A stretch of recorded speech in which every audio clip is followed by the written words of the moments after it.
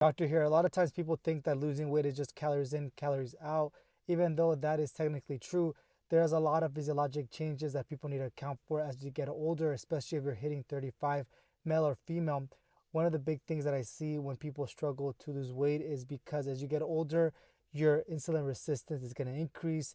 You don't become as sensitive to insulin, causing you to have more insulin resistance, causing you to have a buildup of body fat a lot easier. Number two, muscle mass declines and your metabolism declines as you get older as well.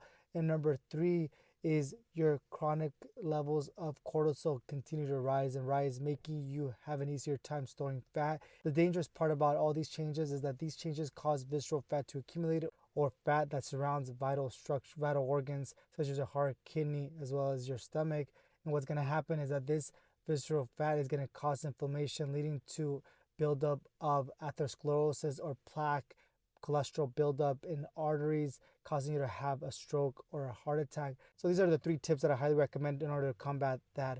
Number one is making sure you focus on increasing muscle mass. No matter how old you are, one of the things that we know is that sarcopenia, or the loss of muscle mass, increases mortality, increases risk of heart attacks, strokes. So by you increasing muscle mass by any small percentage at all will increase longevity. You're going to have a easier time doing your daily activities as you get older. So that's why it's important that you do resistance training at least 3 to 4 times a week, up to 30 minutes.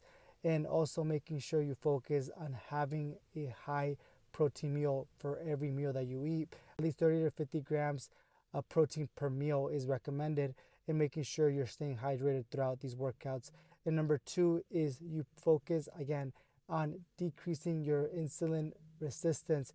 In order to do that is you're going to make sure that you avoid processed foods, you avoid any liquid carbohydrate drinks, and you focus on protein first. That should be the most important thing for you. And also after every meal, you walk at least 10 minutes a day. Data shows that by exercising, even if it's a 10-minute walk, you're going to increase your insulin sensitivity. You're going to be able to use the meal, the carbs that you use for energy instead of fat storage. And number three is the hardest one of all, but we know that sleep is vitally important to reducing chronic stress. I myself, as a physician, have a hard time getting all 8 hours of sleep. I don't always get it because of my work schedule, but I try to aim for that because we know that chronic stress increases risk of heart attacks and strokes as well. So my recommendation is to set a timer. Do your best to put your phone down 60 minutes before you fall asleep or before you go to bed, and do whatever you can. Meditation, magnesium potentially could help to making sure you fall asleep a lot quicker.